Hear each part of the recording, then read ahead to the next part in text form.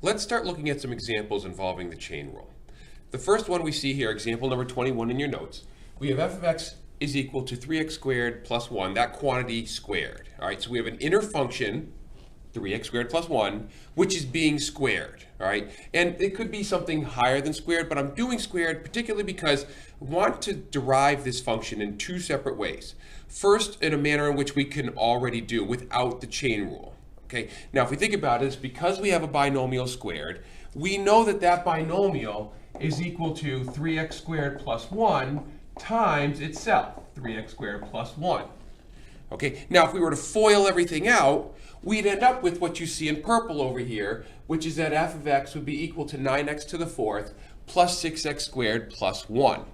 Okay, now it's just a polynomial, and we can use our regular first four rules for differentiation to come up with the derivative. All right, let's do that real quick. All right, so we have, I'll stay with that color. So we're going to have f prime of x. All right, you can do this while I'm doing it. What's the derivative of 9x to the fourth? Yep, we do our whole power rule thing. We get 36x cubed, and then the derivative of 6x squared, that would be 12x, and the derivative of 1 would be 0. Okay, so we know that this is our derivative. Okay, but what I want to see now is how can we do this using the chain rule? Because while we can solve this derivative, we can find this derivative by FOILing out, what if we had an extra 1 right there? What if that was to the 21st power? That's not going to be easy to do, to expand it out 21 times. It's taking way too much time. The chain rule can get us our answer, and it can solve this derivative, it can find this derivative just as quickly, and it can find the derivative with 21 as an exponent much, much more quickly than the regular old-fashioned way could. So let's take a look at this. Chain rule says, all right, over here we're going to use the chain rule. So we have, and again, there's two separate ways of looking at the chain rule.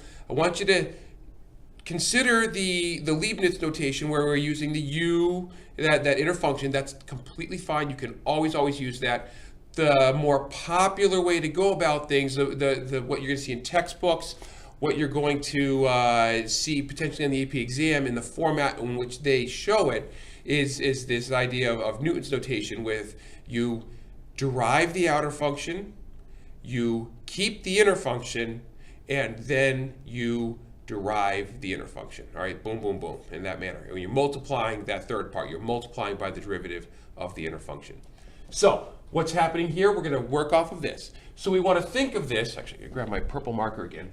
We're going to think of this as an inner function squared. So the inner function is that 3x squared plus 1. If this was just x squared, the derivative would be 2x.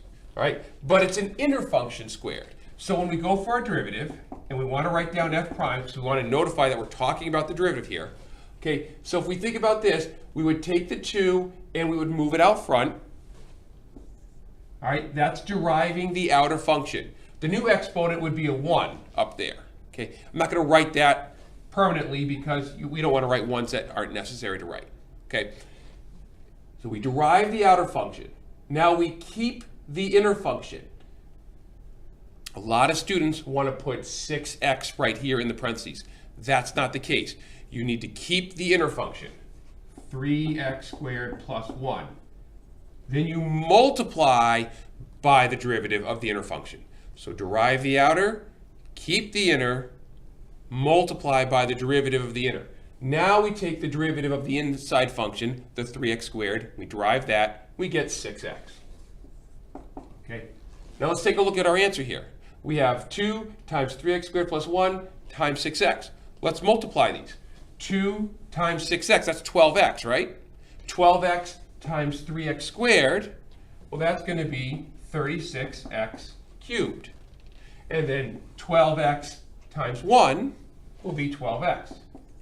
Notice that if we simplify this expression, we get the exact same derivative that we did when we did the simplification before the derivative. So the chain rule works. It gets us our derivative, and it will get us our derivatives much faster than if we were to expand everything out.